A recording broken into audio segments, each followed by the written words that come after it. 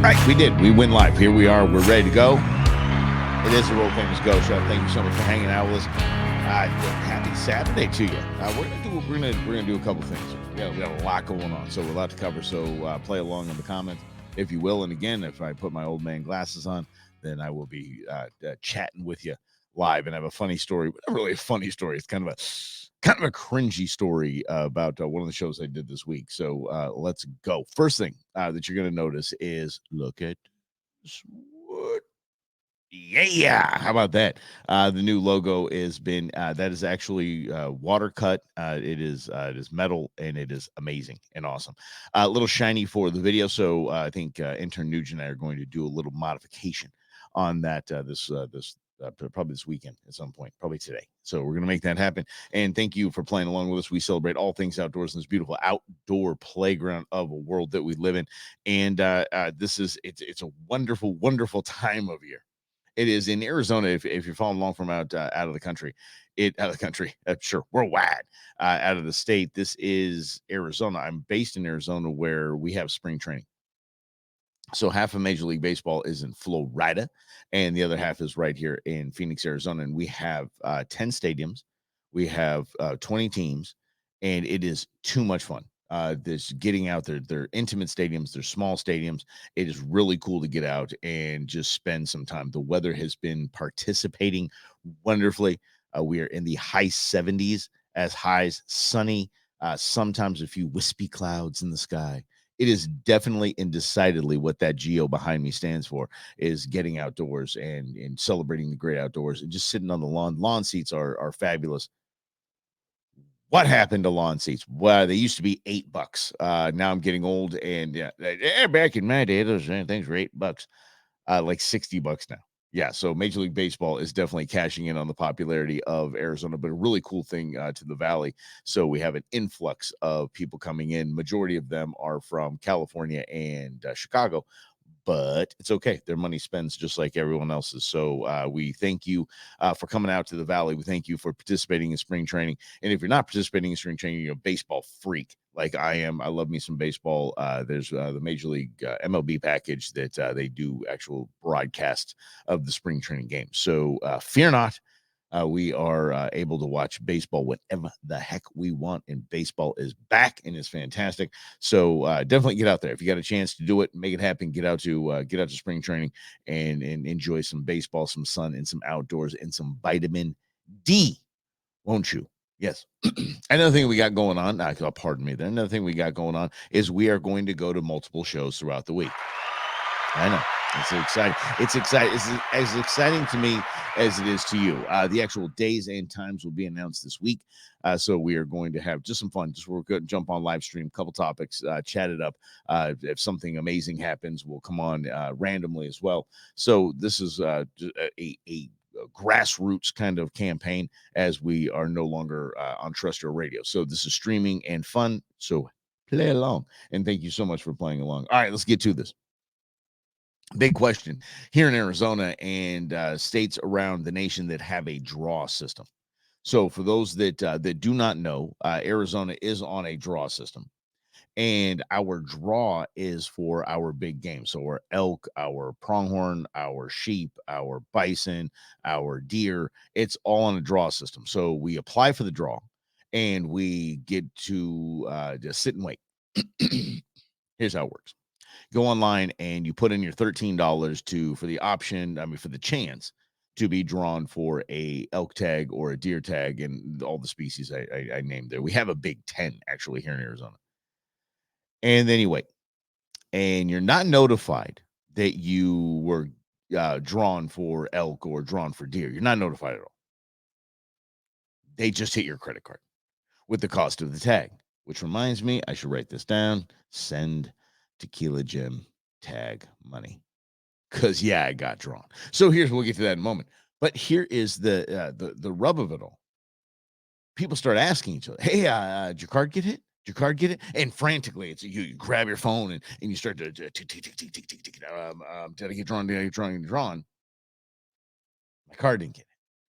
Or my card got hit, and instantly you take to all your friends. You're texting them the screenshot of your credit card that was hit, and you're so excited. Never in any other part of our society, in any other part of our world, is so many people so excited to have a random charge on their credit card that they really have limited details for. You essentially know what the credit card hit is for, you just don't really understand. Excuse me. You really don't understand what unit you're in, and really what you got hit for, unless it's a big expense. You're like, oh, I think I just drew a bison tag for the first time in forever ever. So here's what we're doing. And if you could bear with me for just a moment before I get back into this, because it seems to be that our stream is not happening right now. So I am yeah, so just kind of making sure that the stream is up and running, and it is. So thank you very much for playing along. If you got drawn, what's next? So if you did get that hit in your credit card, I actually got drawn for bull elk. I'm blown away. I can't believe it happened 2 times within a decade. Usually here in Arizona, it takes a hot minute. So you are, every year that you don't get drawn, you get one more bonus point, and that gets you better odds next time for the draw. Then you don't get drawn again. Then now you have 2 bonus points and the better odds the next time, and so on and so forth. Some people will team up like we did, and it works out. So it worked out going bull elk hunting. So if you got drawn for deer, Slavo got drawn for let's see, pronghorn. How about that? Pronghorn archery. So that is very, very exciting for him. I know I'll be at least out on some of those scouting adventures with him in SlavoSalt.com, baby. Get over to SlavoSalt.com. The very, very best in rubs, seasonings. Get over there and you're going to enjoy it. I'm sorry, I'm a little verklempt in my Kalevnikov's link here. Hold on. Let me get that out here with my basic white guy Stanley. So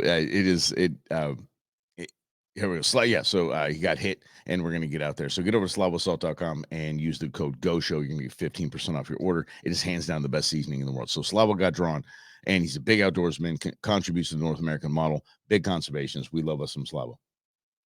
So people got hit. So now what do you do? So a couple of things. Immediately, I want you to download every hunting app you can possibly find. Here in Arizona, so you know if you're outside, here in Arizona, hunting is different. If you've moved here from out in the Midwest, you have to relearn how to hunt. If you're watching us from the Midwest, this is a whole different ballgame here. So when we say we were drawn for elk, or we were drawn for deer, or we're drawn for pronghorn, whatever it is, scouting has to happen. We have to put in time. You have to put in effort, or essentially you're just going to go camping with guns. You're going to have a lot of cool fireside chats, a lot of cool campfire drinks and some food, and you're going to have a great time with your buddies. But you probably aren't going to harvest an animal, period. So the work has to go in. So when that comes in scouting, that comes into apps, if you don't want to pay for an app, use like Google Earth and things like that, and get to your unit and really find the right spots where you want to be and start scouting as soon as possible. That is the first thing. But then the debate happens, because I already know what I'm doing. I already have my next steps. And so I'm going to get a lot of heat for this. So just hear me out here. Basically, the option is, once you get drawn, you think to yourself, you're like, guide or not to guide. I got a buddy who knows the unit well. Perfect. That is a form of guide. So let's just take the stigma away. If anyone out here, I don't have the stigma of the word guide, but a lot of people are concerned about the word guide because they think it's cheating, or that's not really hunting. No, that's not really the case. And hear me out here. I got a buddy who knows the unit I was drawn in really well. So what I'm going to do is I'm going to enlist that buddy to really help me out. That's guiding. This is really guiding. If you want to pay for a guide service, then, which I most likely will be doing, then you go that route. It's the same thing as having a buddy who's hunted that unit before. It's a really, I think it's advantageous for several reasons. I'm going to get to that in a minute. Because there are purists out there that say, no.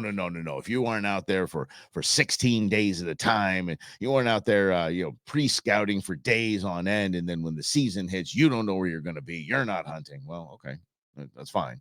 I'm a 48-year-old father of 2. I've got a job and stuff to do. This is my show. This is my job. It's not as easy as you think. It just really isn't as easy as you think. Getting out there and scouting. So, one of the best things I can think of, the best reasons to get a guide or a friend that knows the unit is education.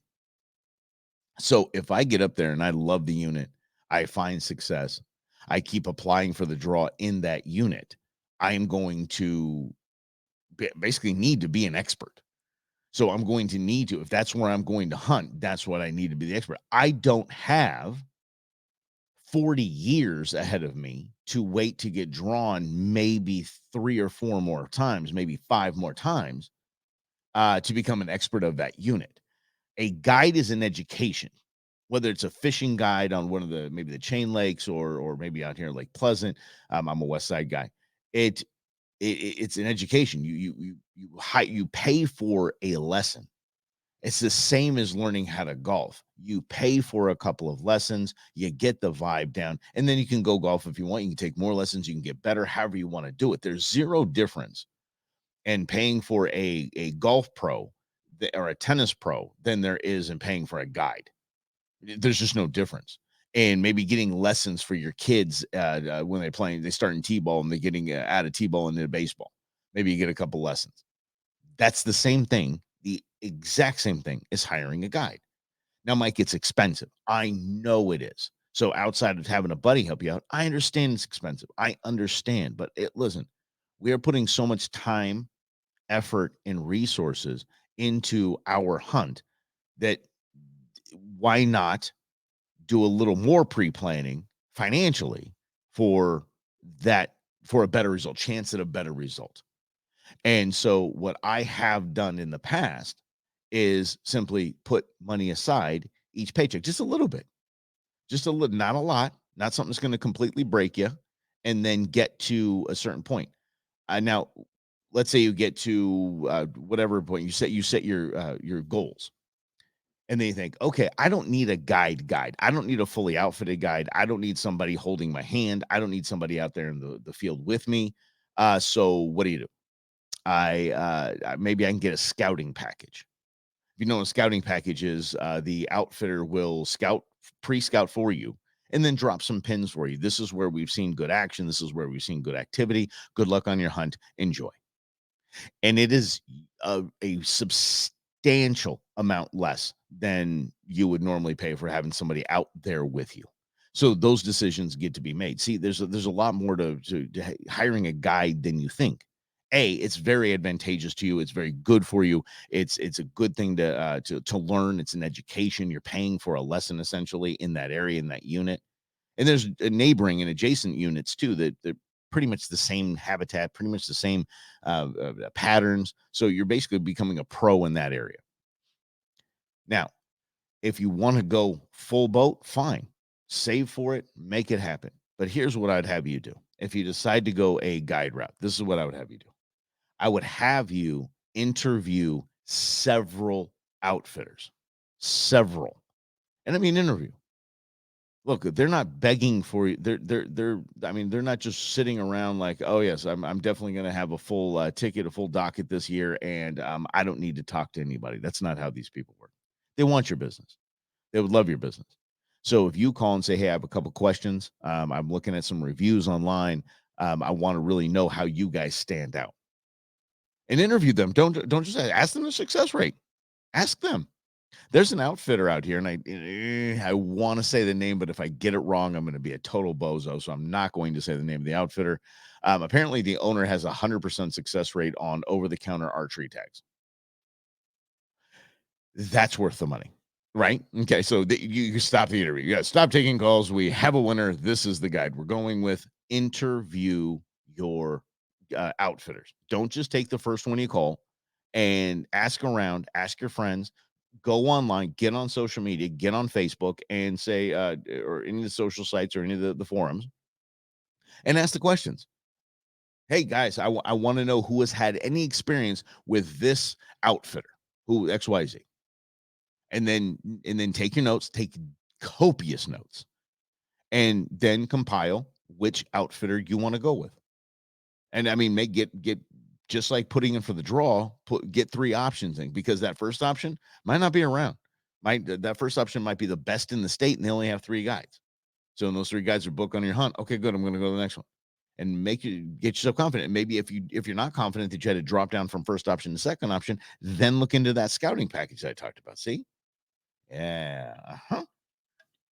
So that's definitely what I'm looking into. I'm saving immediately because I don't know the exact unit I'm in. I know pretty much it's one of two, and in one of them I have no idea. No, one of them I've never been to. Never been to Seven West. Never been. So what am I going to do? Yeah, exactly. Not gonna just.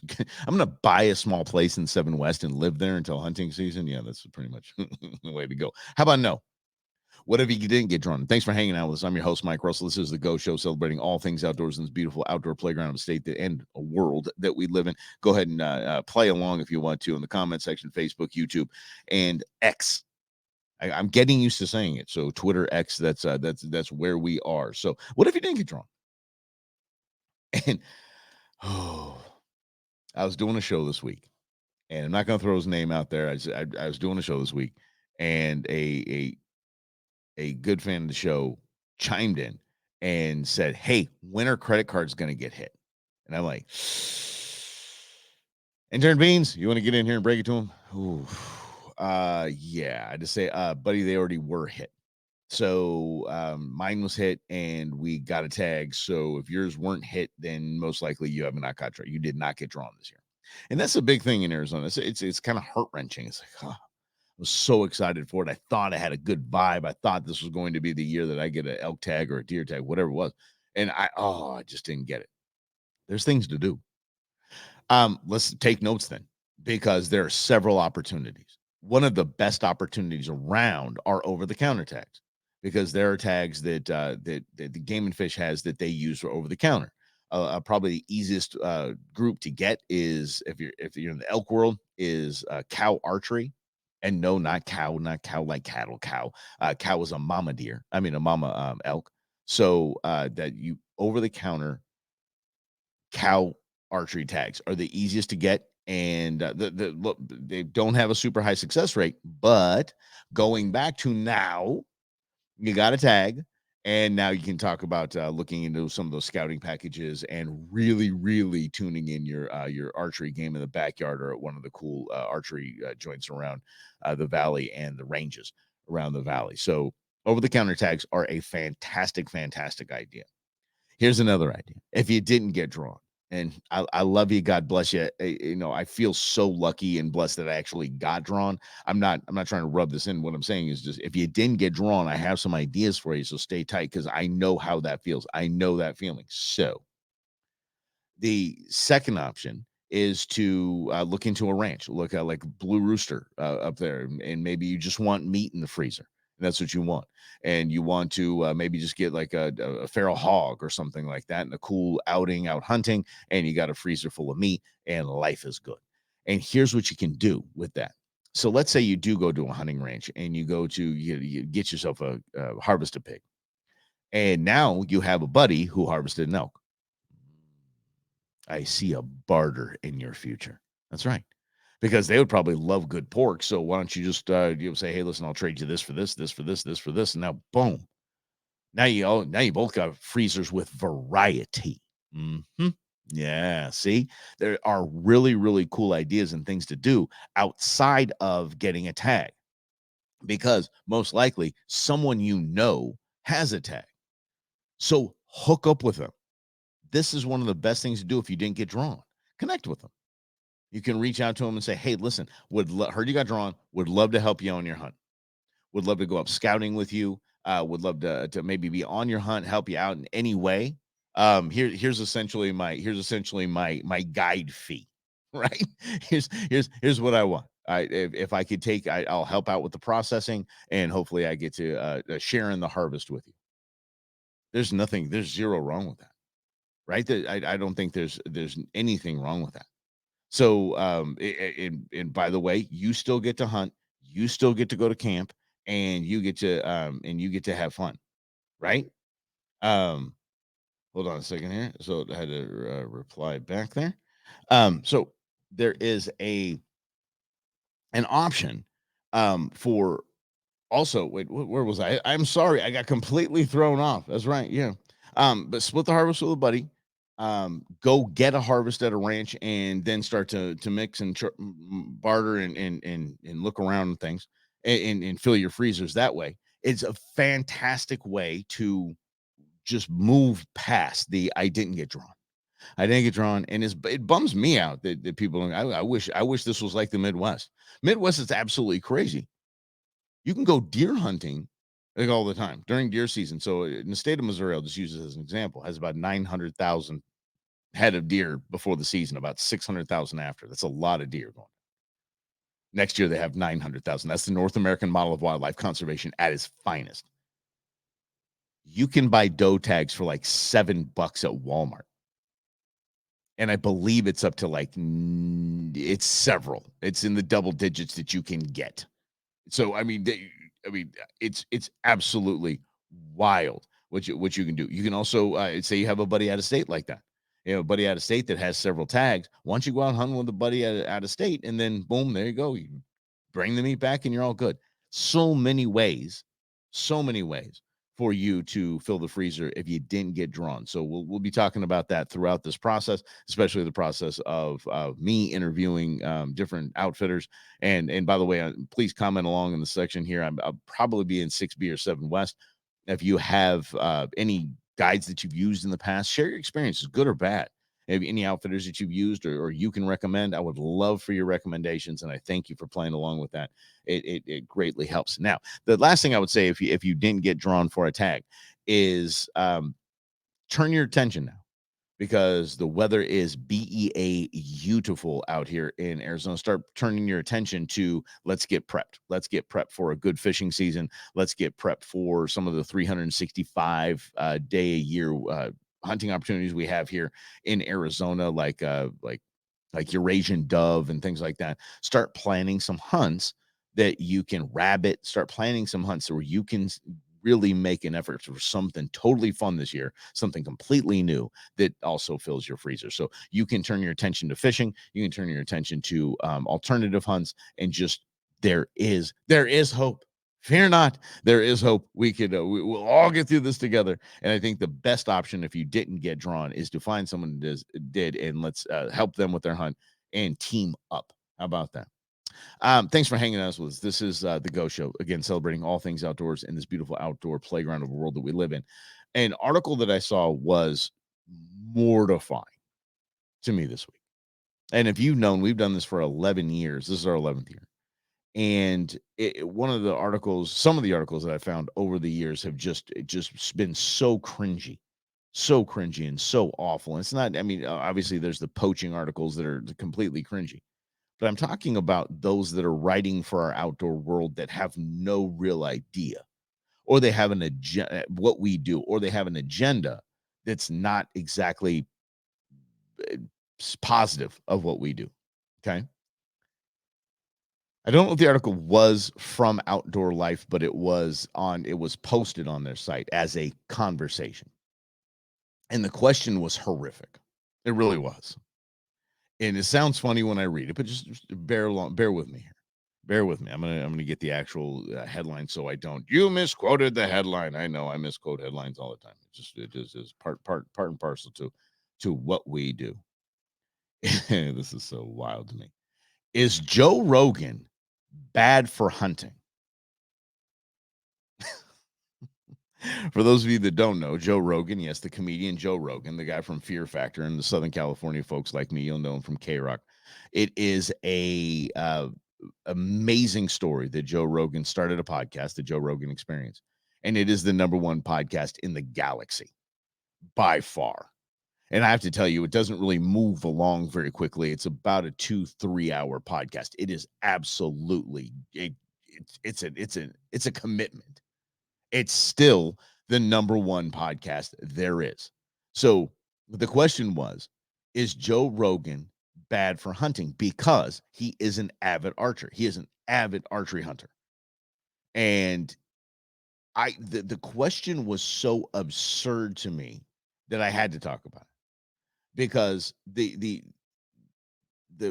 article was about Joe Rogan's ability to afford going hunting on private property. not really afford, it's his celebrity. It's easy if you're Joe Rogan to knock on a farmer's door and say, "Hi, I'm Joe Rogan. I got my bow here. I've got a tag. Can I hunt your property?" Pretty easy. Not a lot of people, I think, would turn Joe Rogan down. So Joe Rogan gets to hunt private ranches. He gets to hunt hunting preserves. He gets to hunt private property. He gets to go with Steve Rinella from Meat Eater. He gets to go to Hawaii ranches in Hawaii where he can afford to stay at the dang Four Seasons and go there. Yeah, yeah. So there is a way for him to do what he wants to do. He can afford that. He signed $100 million contract with Spotify. The dude's got resources. So why is this bad for hunting? This is an absolutely asinine question. Of course, Joe Rogan is good for hunting. Joe Rogan actually is amazing for hunting. Amazing. Last week, we talked about some restaurateurs and small business owners that I know that don't talk about their hunting, don't talk about their love of what we do, don't discuss the North American model of wildlife conservation. They don't. They just hide it because they're afraid of what their patrons would think. They're afraid of losing business. They're afraid of getting canceled. So they don't say anything.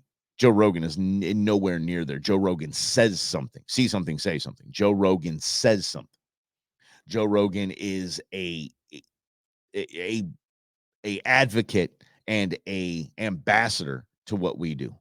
He is reaching an audience of millions and promoting the hunting opportunities in this nation in the right way. He's not one of those that you see on TV. If it's brown, it's down. If it flies, it dies. Nothing like that. Joe Rogan comes from a conservation heart. He knows the community he's in. He speaks intelligently about his sport. He speaks calmly and rationally. He brings fact. He has no problem challenging and being challenged. Joe Rogan is exactly what our sport needs. Is Joe Rogan bad for hunting? That might be the most asinine question I've heard in a hot minute. Joe Rogan, just in his reach alone, is great for the sport, period. Is great for the North American model. How many people have bought bows and arrows, which contribute to the North American model of wildlife conservation, the Pittman Robertson funds? How many bows and arrows have been purchased just because Joe Rogan does it? Thousands. How much has gone to conservation just because Joe Rogan has introduced just the thought of hunting or maybe even the shooting sports to people? Thousands. Joe Rogan he has the reach, and I think he has the demeanor. One of the coolest things I've heard Joe Rogan have a conversation, I believe is the comedian Russell Brand. Russell Brand is not a fan of hunting by any stretch. And good morning, guys. Eddie, how you doing? Daniel, good to see you. It is yeah, it was Russell Brand. Russell Brand was anti-hunting, but not in an anti-evil way. It's just, how can you kill an elk? How can you kill a deer? How can you go out with a bow and do what you do? And I learned more from Joe Rogan's answers than I have from reading several articles, studies, the background of the North American model of wildlife conservation. I learned more from Joe Rogan's answers. And it was interesting because in a nutshell, it was, you understand that an elk or a deer, they don't go to hospice when they die. That a bird in nature doesn't just kind of lean up against the little perch that they've had their nest on and look at the sunset. It was a good life. It's not how it happens. The vast majority of animals in the wild are eaten alive. And so nature is brutal. If you want to understand what I say, and if you've got a strong stomach for it, if you have a weak stomach, don't go there. But there's an Instagram handle that I follow that it's called Nature's Metal. Just like metal, just like our sign, our new logo sign. It's just to check it out. Yeah. Pretty dang cool, right?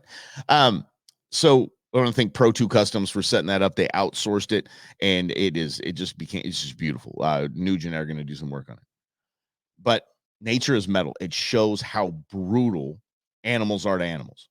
So if we are what we are, top of the food chain, we are the animals, and we go out and harvest our own animal proteins, it is, I would say, I would argue, and it'd be hard to talk me off of this. It would be difficult for you to tell me otherwise that I would rather go by the hands of a hunter than being eaten by a pack of whatever. I was walking, and this is Joe Rogan saying this, and it was absolutely life changing for me in my apologetics for what we do, in my support for what we do, in my ambassadorship for the North American model. It was life changing. And so when I was walking to the gym one day back when I went to the gym. um, I heard this rustling around in a tree, and a hawk basically floats down from the tree onto the ground, and he has a dove in his talons. Dove's still alive. Dove's flapping around. Help me. The hawk looks at me. I'm reaching for my phone to see if I can. I'm a good boy. I was walking without staring at my phone. I pull my phone out, and right about when I get a picture, it takes off. A car drives by and it takes off. And I watch this hawk leave with this dove in its talons. And that dove, I don't think has any illusion. It's about to get eaten. And that hawk definitely has no illusion. This is my breakfast.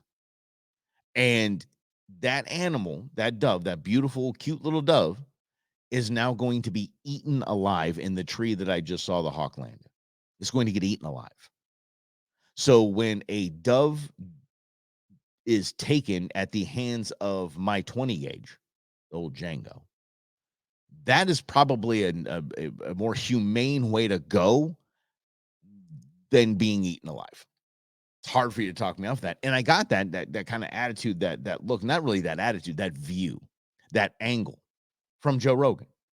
So again, tell me where Joe Rogan is bad for hunting. This is just an asinine thought. It really, really is.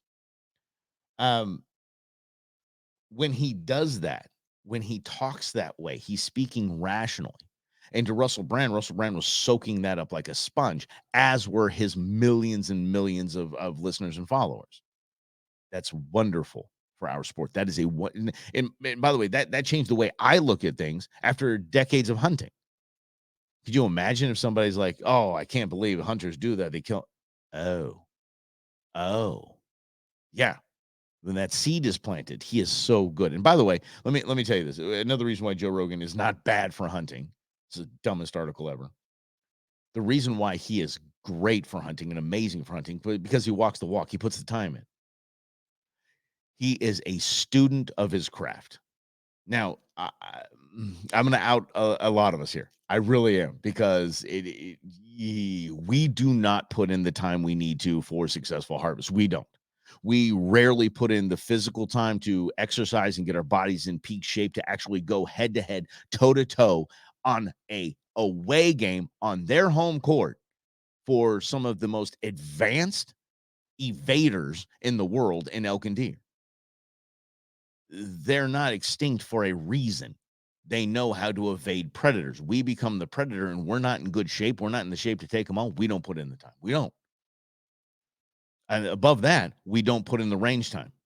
Whether it's archery range, whether it's firearm range, we don't put in the time. Most of the time, right before, you can always tell. You go out to Ben Avery shooting range, you go to Rio Salado, you can actually tell, or Joe Foss, you can actually tell when hunting season is, because everyone out there is sighting in their rifles the day or two before they take off to their hunt. It wasn't a month or two. It was a day or two. So we don't put in the time. Going back to Joe Rogan slings about 70 to 100 arrows a day. Every day.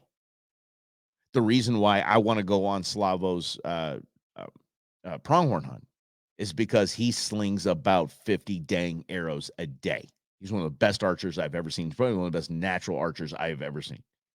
So I want to go on that hunt and see it. So I know there's going to be success, or there's a high, if we see a pronghorn get in range, Slavo's going to have that thing down, because he practices and puts in the time. He walks the walk. Joe Rogan is getting slighted in this article because he has the resources for private hunts. He has the resources to hunt private ranches. He has the resources and basically the star power to knock on a door and hunt private land, because no one's going to say no to Joe Rogan, especially, yeah, sure, hunt my land. That'd be great. Hey, hi, everybody. Millions of people out there. Yeah, of course. But it's not, it's not that he leans back on that and goes, okay, if I don't get it this time, I'm going to go to the next ranch. I don't have to practice. Joe Rogan puts in the time. So Joe Rogan, hands down, is amazing for our sport. He is a treasure for our sport. I love that he's connected with Steve Rinella because Steve Rinella is amazing for our sport. He is a treasure for our sport. There are so many boneheads out there that have a camera in front of them, that have TV time, that are awful for our sport. Joe Rogan and Steve Rinella and those types of personalities in our outdoor world, guess what? They're going to save our outdoor world, period. And I hope I get to one day I'll be mentioned in the same breath as those two that have helped so much for conservation and to expand really the reach of the reach of knowledge for everybody out there. All right. Last week, and thanks for hanging out with us. This is the Go Show, celebrating all things outdoors in this beautiful outdoor playground of a state, a nation, and a world that we live in. Just get out and play. The GO stands for Get Outdoors, Go Outdoors. Just get outside, make it happen.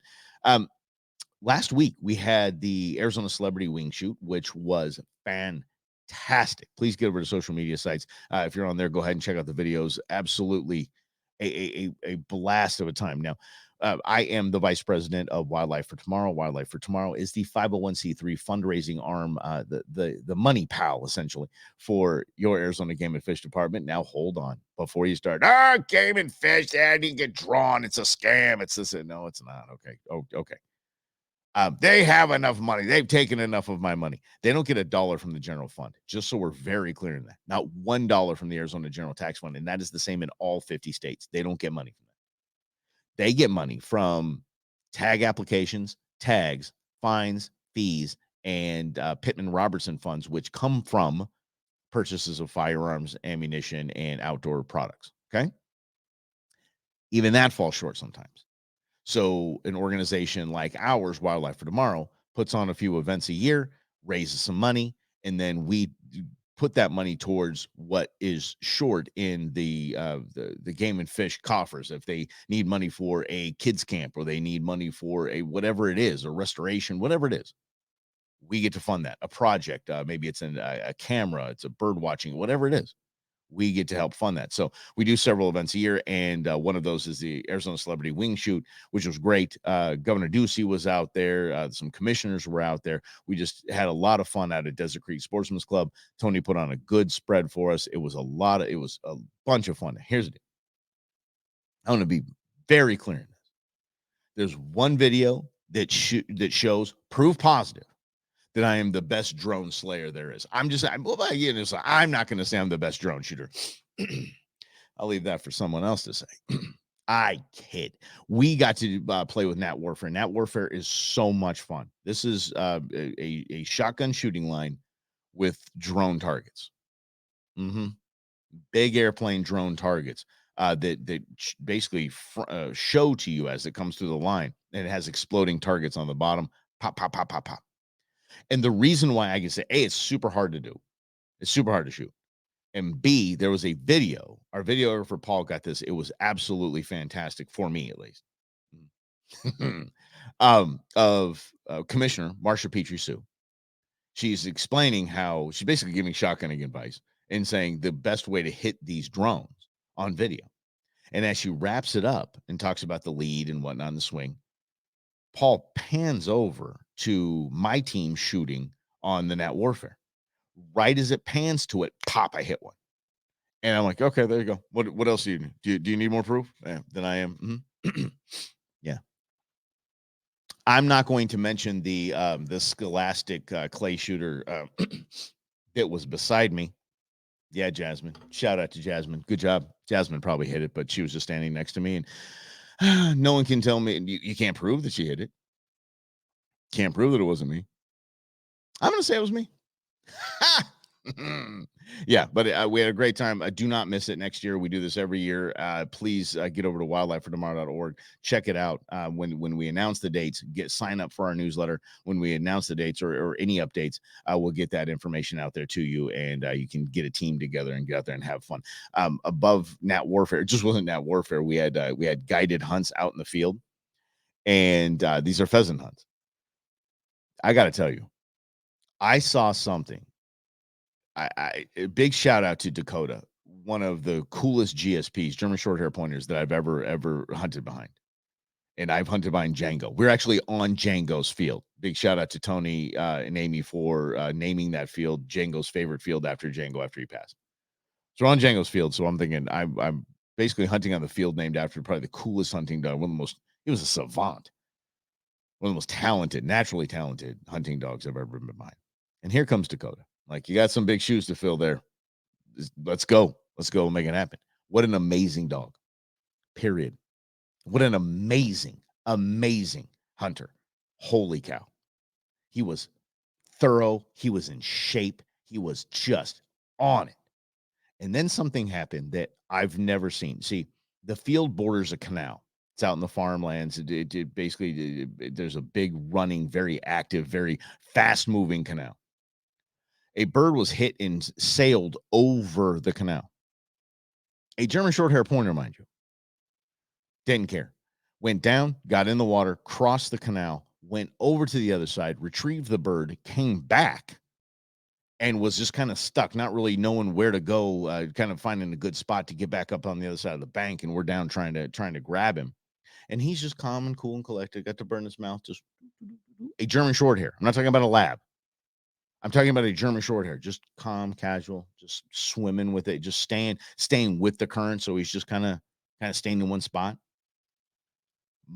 The German short hairs that I have had in my life can't swim for anything. Boba, God love him. Boba sinks like a lead balloon. Like, you might as well throw an anvil in the water, just sinks to the bottom. I didn't even try to swim. Django, who I mentioned, just slaps the top of the water and starts yelping and barking and trying to eat the droplets that are splashing in front of him. He would have drowned doing that. Here comes Dakota. Yeah. Big shout out and big thank you to Quail Forever for bringing their guides out, and just some amazing dogs, some really, really cool dogs we got to see out there. So it was just a ton of fun, and do not miss this event. And if you just are feeling charitable, if you want to support a really good organization, wildlifefortomorrow.org, we would love for your generosity to help us out in our endeavors to help your Arizona Game and Fish Department manage 820 plus species of wildlife. It's absolutely crazy. Let me get you this update as we wrap up, and thank you so much for hanging out. We're going to get to your comments in just a moment. Let me get this piece of goodness that I just came across. Ready for this? Good news, right? We want to know some good news, so here we go.